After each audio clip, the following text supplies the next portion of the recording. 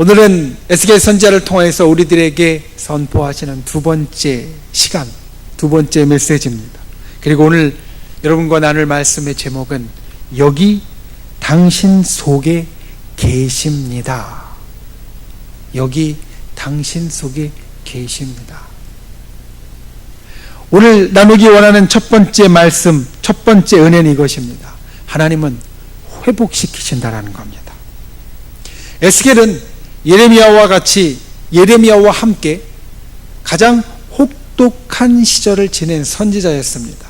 예레미야 선지자에 대해서 이야기할 때, 그리고 에스겔 선지자의 초입에 그런 이야기를 했었습니다. 다른 선지자들은 하나님께서 이 땅을 심판하실 것이고 이 백성들을 심판하실 것이고 이제 너희가 고초와 어려움을 당할 것이다 라는 하나님의 말씀을 전했는데 그것을 친히 경험한 사람은 많지 않았습니다. 왜냐하면 선지자들이 그 말을 선포한 후에, 선지자들이 그 말씀을 전한 후에 어느 정도 시간이 지나서 그와 같은 사건들이 일어났고, 어떤 선지자들은 그 전에 이미 하나님의 일을 마치고 또는 하나님께서 불러가신 분들이 되었기 때문에 자기가 선포한 그 심판의 말씀과 그리고 그 고난과 어려움의 말씀을 직접 경험한 선지자들보다 경험하지 않은 선지자들이 사실 더 많았다라는 겁니다. 그런데 예레미야와 에스겔이라는 선지자는 달랐습니다. 예레미야와 에스겔이라는 선지자는 그 하나님의 말씀, 심판의 말씀을 전할 뿐만 아니라 그것을 친히 몸소 경험했던 선지자였습니다.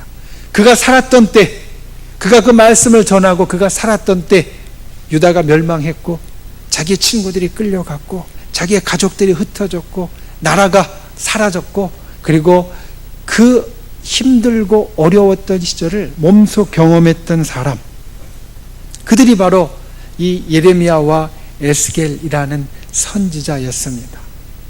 그 에스겔 선지자, 그가 처음에 전했던 하나님의 말씀은 이것이었습니다. 아직 하나님의 심판이 끝나지 않았다. 아직 하나님의 심판이 끝나지 않았다.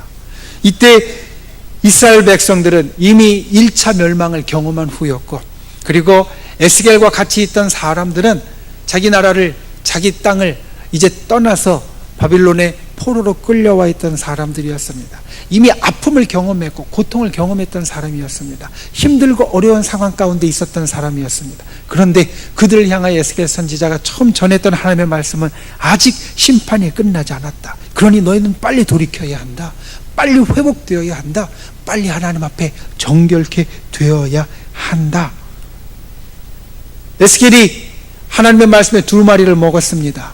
그 말씀은 꿀과 같이 달았습니다. 그런데 꿀과 같이 단 그 두루마리의 말씀을 보니까 거기에는 재앙과 심판과 멸망에 대한 메시지가 있었다. 하나님의 말씀이 있었다. 에스겔서는 우리에게 그렇게 이야기해 주고 있습니다. 하나님의 심판을 경험했지만 아직 하나님의 심판이 이들에게 끝나지 않았다. 그런데 이 에스겔이 선포했던 이 심판의 메시지가 에스겔서 33장에 있었던 중요한 사건을 계기로 해서 바뀝니다. 에스겔서 33장 21절 말씀을 보면 다음과 같은 것을 우리들에게 이야기해 줍니다. 우리가 사로잡힌 지 12째 해 10째 달 5째 날에 예루살렘에서부터 도망하여 온 자가 내게 나와 말하기를 그 성이 함락되었다 하였는데, 철저히 돌이키라고, 너희가 돌이키지 않으면 하나님께서 다시 심판하실 것이라고 에스겔 선지자가 그렇게 전하였음에도 불구하고 이들은 철저하게 돌이키지 못했기 때문에 아주 충격적인 사건이 그들에게 나타납니다. 첫 번째로 멸망할 때에는 그래도 다시 그 나라를 보존할 수 있을 일들이 나타났는데, 이제는 예루살렘 성이 완전히 함락되어서 무너져 버리고 나라도 멸망하고 그리고 모든 것이 다 끝나버렸다라는 소식을 이 포로로 와 있었던, 유배되어 있었던 사람들이 전해 듣습니다. 예루살렘에서 온 전령이 이들에게 말하길 우리나라 이제 끝났다. 완전히 무너졌다. 이 소식은 포로로 끌려와 있던 사람들에게도 청천벽력 같은 소식이었습니다. 이들은 하나님의 백성이었습니다. 이들이 살던 땅은 하나님께서 허락하신 땅이었습니다. 이들이 살아왔던 역사는 하나님께서 주장하셨던 시간들이었습니다. 그런데 모든 것이 다 끝났습니다. 하나님의 백성도 이제 끝났고 하나님의 나라도 이제 끝났고 하나님이 주셨던 땅도 이제 빼앗겼고 그리고 그들이 살았던 삶도 그들의 시간도 그들이 정말 붙잡고 있었던 중요한 가치들도 중요한 삶의 기둥들도 이제는 다 무너지고 다 끝나버렸습니다. 그들이 볼 때는 정말 세상이 종말에 다다랐다라고 여겼을 겁니다. 이제 모든 것이 다 끝났다. 하나님의 백성인 우리는 다 흩어졌고 하나님께서 우리들에게 주신 축복의 땅도 이제는 다른 사람에게 넘어갔고 그리고 우리가 살았던 역사, 우리가 살았던 시간들도 다 이제는 끝나버렸다. 그렇게 절망에 빠져 있을 때 그들은 문득 자기들을 돌이켜봅니다. 아니, 다 끝났을 줄 알았는데 정말로 이제 다 끝나고 절망이고 종말이고 이제는 더 이상 없을 줄 알았는데 나는 아직 살아있네. 우리의 삶이 이 유배지에서 나라가 없어진 상황에서 땅이 없어진 상황에서 계속 되고 있네. 종말과 같은 사건이 일어났지만 그들은 삶이 계속되고 있다라는 것을 보게 됩니다. 깨닫게 됩니다. 그리고 그들에게 하나님께서 하시는 말씀, 그것은 바로 내가 너희를 회복시키겠다라는 겁니다. 오늘 우리가 살폈던 에스겔서 36장, 그 36장을 잇는 37장은 에스겔서에서 아주 유명한 말씀 가운데 하나입니다. 아마 37장은 기억을 못해도 에스겔서에 나오는 마른 뼈들에 대한 환상이다 라고 하면 아마도 들어보신 적이 있을 겁니다. 에스겔서 37장 시작하는 곳에 보면 에스겔 선지자가 환상 가운데 이끌림을 받아서 한 골짜기로 갑니다. 골짜기에 가니까 마른 뼈들이 골짜기에 수북히 쌓여 있는 것을 봅니다. 아주 바짝 마른 뼈였습니다. 그냥 부서질 정도로 정말로 바짝 마른 뼈들이, 생기라고는 도저히 찾아볼 수 없는 뼈들이 골짜기에 가득 차 있었습니다. 그리고 그것을 보면서 3절 말씀, 37장 3절 말씀에 보면 하나님이 에스겔에게 묻습니다. 인자야, 이 뼈들이 능히 살 수 있겠느냐? 에스겔 선지자가 대답합니다. 내가 대답하되 주 여호와여, 주께서 아시나이다. 그러자 다시 에스겔 선지자에게 하나님께서 말씀하시기를, 너는 이 모든 뼈에게 대언하여 이르기를, 너희 마른 뼈들아 여호와의 말씀을 들을지어다 말하라. 이스라엘 백성은 자기들이 다 끝났다고 느꼈습니다. 바짝 마른 뼈와 같이 이제는 더 이상 소망이 없다고 느꼈습니다. 더 이상 어떻게 품을 기쁨이나 감사나 좋은 것이 없다라고 느꼈습니다. 이제는 모든 것이 다 끝나버렸다라고 느꼈을 때 하나님께서 하시는 말씀이 이것입니다. 에스겔서 18장 13절 말씀에 보면 나 주 여호와가 말하노라, 내가 어찌 악인의 죽는 것을 조금인들 기뻐하랴? 그가 돌이켜 그 길에서 떠나서 사는 것을 어찌 기뻐하지 아니하겠느냐? 이스라엘 백성이 잘못해서 하나님 앞에 심판을 받았지만, 이스라엘 백성이 하나님 앞에 그릇되어서 이제는 정말 절망된 것 같이 보였지만 하나님께서 말씀하십니다. 악인이라도 그 죽는 것을 내가 어찌 기뻐하겠느냐? 그리고 너희가 비록 악인일지라도 내가 너희를 살릴 것이다. 37장 11절 말씀에 보면 이스라엘 백성들이 이같이 말합니다. 우리의 뼈들이 말랐고 우리의 소망이 없어졌으니 우리는 다 멸절되었습니다. 우리는 나라도 없어졌고 민족도 없어졌고 친구도 없어졌고 이웃도 없어졌고 가족도 없어졌고 모든 것이 다 끝나버려서 이제는 정말 저 마른 뼈같이, 골짜기의 마른 뼈와 같이 다 끝났습니다. 아무 소망도 없고 우리는 다 멸절되었습니다. 그렇게 하나님 앞에 하소연할 때 하나님께서 37장 5절 말씀에 보면 이렇게 말씀합니다. 내가 생기로 너희에게 들어가게 하리니 너희가 살리라. 이 말씀을 하시고 이 말씀을 에스겔 선지자를 통하여서 대신 전하게 하셨을 때, 대언하게 하셨을 때 어떠한 일이 골짜기에 나타났냐면, 우리가 알듯이 그 뼈들 위에 힘줄이 생기고 살이 입혀지고 가죽이 덮이고 생기가 들어가서 그들이 다 살아있는 자가 되어서 마치 군대와 같이 큰 무리가 그 가운데 일어났다는 것을 성경 우리들에게 이야기해 주고 있습니다. 우리가 살면서 때로 이와 같을 때가 있습니다. 주님, 나는 늙절되었습니다. 주님, 내게는 소망이 없습니다. 주님, 어찌해야 될지 모르겠고 나는 마른 뼈와 같이 되었습니다. 생기라는 것은 없고 내가 살 바를 도저히 알지 못합니다. 그때 하나님께서 우리들에게 주시는 말씀이 내가 생기로 너희에게 들어가게 하리니 너희가 살리라. 여러분, 우리가 주님 앞에 하나님께서는 때로 우리에게 우리의 그릇된 것이나 잘못된 것을 인하여서 심판하실 수도 있고 또 우리가 살아가면서 고난이나 괴로움이나 어려움이 생길 때도 있습니다. 그런데 하나님은 우리를 회복시키시는 하나님, 우리를 다시 살리시는 하나님, 우리로 다시 생기가 돌게 하는 하나님, 그러한 하나님이 되신다는 것을 기억하는 분들이 되시기를 바랍니다. 지금 여러분의 삶이 행히 어렵습니까? 오히려 이때 유대민족의 삶보다 지금 나의 상황이 더욱더 좋지 않다고 행여 느끼시지 않습니까? 하나님이 계시면 도대체 어디 계시길래 내 이런 상황을 그냥 두고 보시냐고 주님 앞에 하소연하고 있지 않습니까? 그때 주님께서 우리들에게 주시는 말씀이 내가 너희로 살게 하리라. 내가 너희로 살리라. 이와 같이 하나님은 회복시키시는 하나님이시다. 이것을 기억하고 이것을 항상 붙잡는 분들이 되시기를 바랍니다. 하나님께서 우리를 회복시키시고 하나님께서 우리를 다시 살리시고 하나님께서 다시 우리를 일으키시고 마른 뼈와 같이 바짝 정말로 절망된 상황 가운데 있다 할지라도 거기에 힘줄을 두고 살을 입히고 가죽이 덮이고 생기가 돌게 하실 하나님, 그분이 바로 나의 하나님이다 라는 것을 기억하시고 항상 주 안에서 능력을 힘입는 저와 여러분이 되실 수 있기를 주님의 이름으로 축원을 드립니다. 두 번째로 하나님은 내 속에 계십니다. 오늘 26절과 27절 말씀이 바로 그것입니다. 내가 새 영을 너희 속에 두고, 26절 이렇게 시작합니다. 그리고 27절은 또 이렇게 시작합니다. 또 내 영을 너희 속에 두어. 이스라엘 민족이 다 흩어졌습니다. 예루살렘 성전이 무너졌습니다.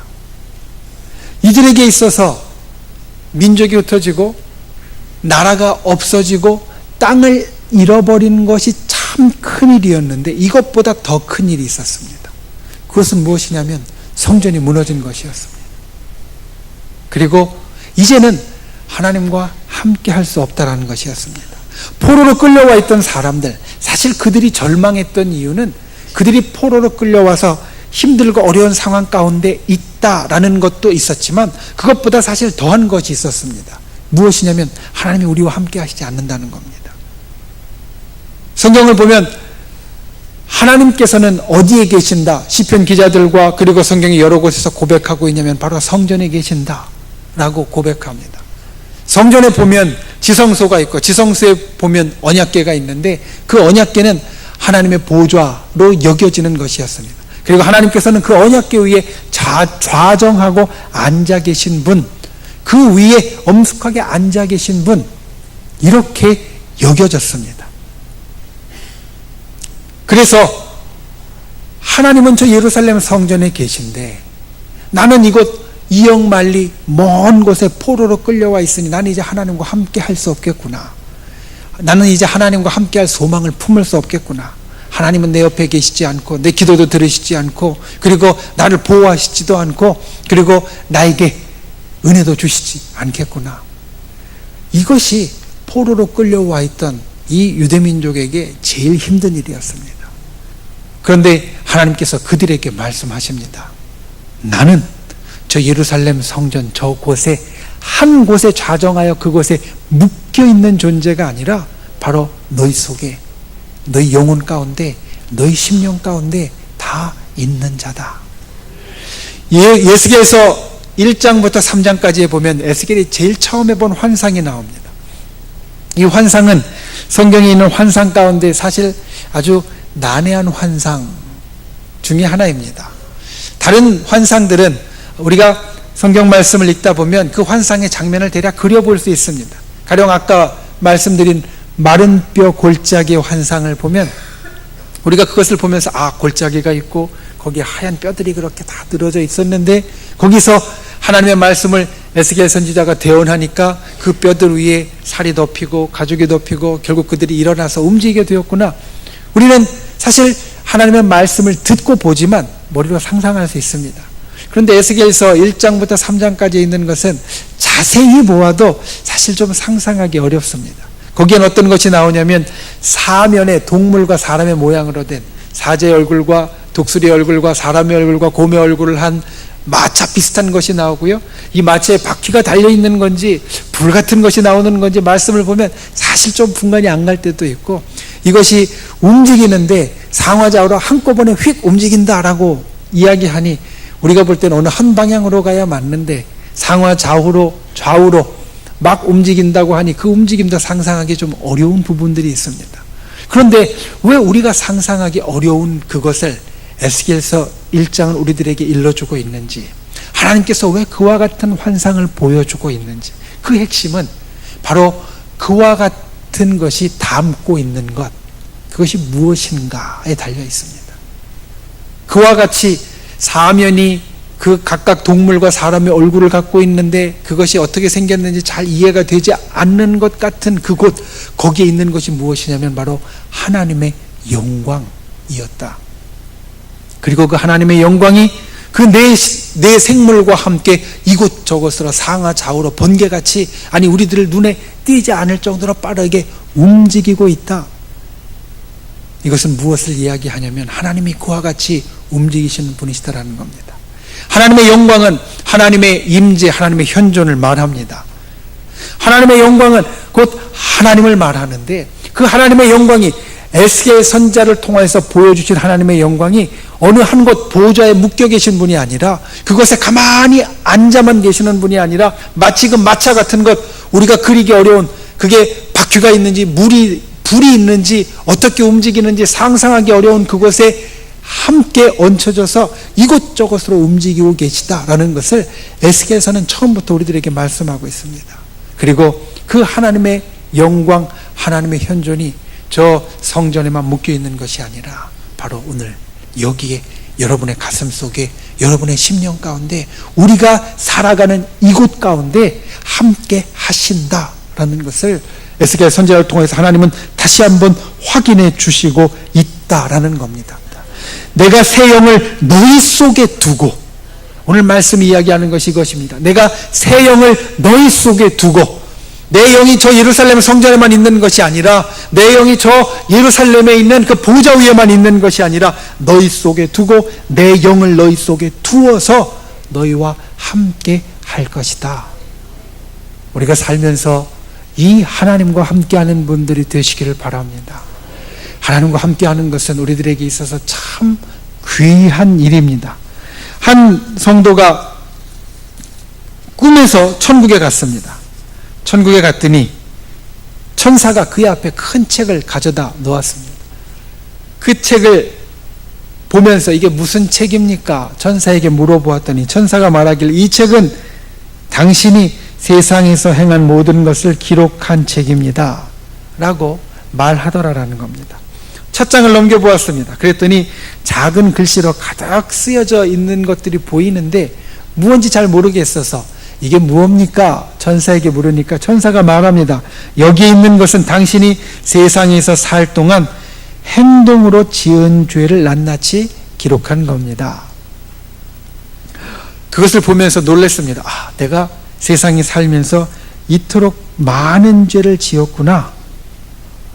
놀라면서 다음 장을 넘겼습니다. 다음 장을 넘겨보니까 거기에는 첫 장보다 더 작은 글씨로 빽빽하게 쓰여 있다라는 겁니다. 그래서 천사에게 물었습니다. 이건 무엇입니까?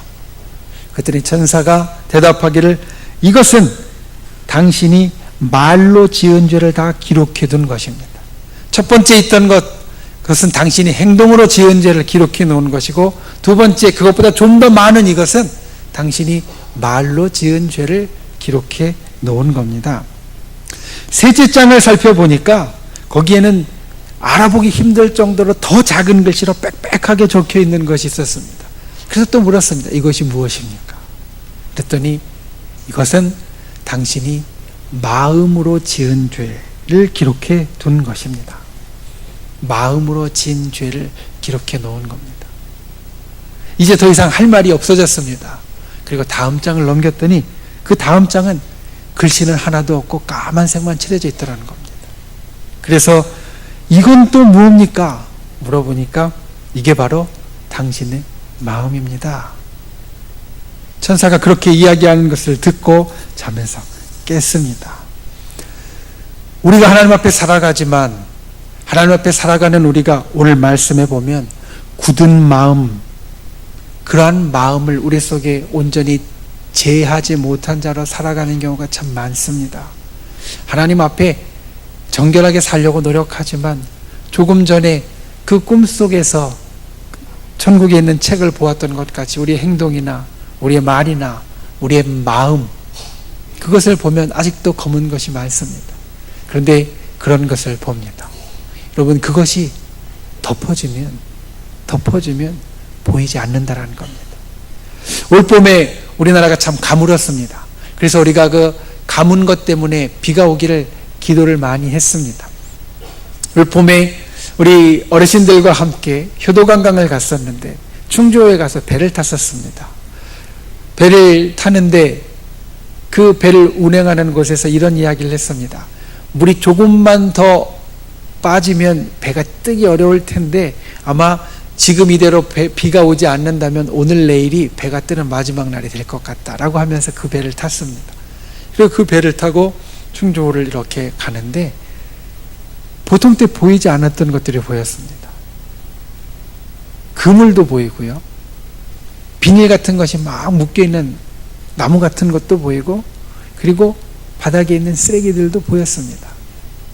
물이 너무 줄어드니까 그 밑에 쌓여있던 것들이 그렇게 다 드러나 있는 상황이 되었더라라는 겁니다. 우리 마음도 그렇습니다. 우리 마음속에 그와 같은 것들이 있습니다. 그런데 거기에 물이 빠져나가면 다 보입니다. 물이 빠져나가면 다 드러납니다. 물이 들어오면, 그런데 그것이 그 속에 잠기고, 물이 들어오면 보이지 않고, 물이 들어오면 그 속에서 때로 그것이 정화되기도 합니다. 하나님이 우리와 함께 하시는 것이 바로 이와 같은 것입니다. 하나님이 우리와 함께 하시면 오늘 말씀에 있는 대로 굳은 마음이 부드러운 마음으로 되어질 수 있습니다. 하나님께서 함께 하시면 그와 같이 검은 것이 다 덮어지고 우리가 그와 같이 주의 뜻대로 사는 자가 또한 되어질 수 있다라는 겁니다.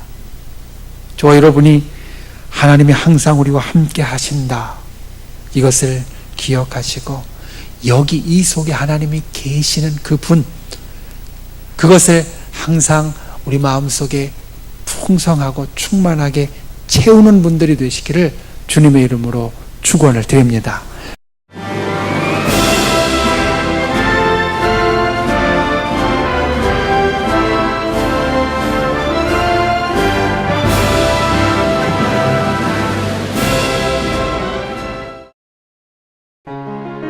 제16회 CBS 전국 청소년 음악 콩쿠르가 9월 19일 청주대에서 열립니다. 청소년 음악 콩쿠르는 초, 중, 고, 대학 일반부로 나눠 피아노와 관악, 현악, 성악, 작곡 부문별로 재능을 겨루게 됩니다. 대상에는 문화체육관광부 장관상과 500만 원의 상금이 주어지며 각 부문별 최우수상에는 100만 원의 상금이 주어집니다. 신청은 8월 24일부터 9월 6일까지며 자세한 사항은 청주 CBS로 문의하시기 바랍니다. 청소년 여러분의 많은 참가를 바랍니다.